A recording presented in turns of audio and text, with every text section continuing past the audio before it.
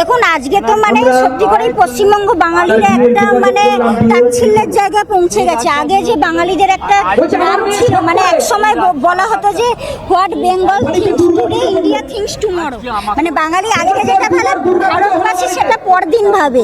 তো সেই রকম সম্মান ছিল, আজকে তো একবারে ধুলোয় মিশে গেছে।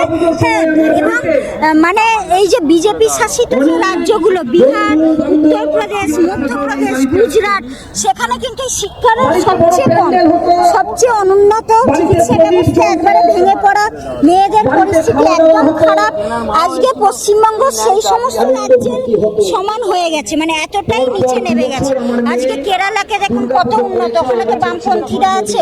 কেরালা শিক্ষা দীক্ষা চিকিৎসাতে সবচেয়ে উন্নত জায়গা, বাঙালিরা একদিন সেই জায়গাতে ছিল, এখন তো একদম সব ধ্বংস, শিক্ষা তো ধ্বংস, মানে সমস্ত স্কুল কলেজ তুলে দেওয়া হচ্ছে, কলেজের ভেতরে ধর্ষণ হয়ে যাচ্ছে। আজকে পশ্চিমবাংলার বাবা মায়েরা ছেলে মেয়েকে স্কুল কলেজে পাঠাতে ভয় পাচ্ছে। বাংলা হান্টের আরো খবর দেখতে নজর রাখুন। বাংলা খবর মানেই বাংলা হান্ট।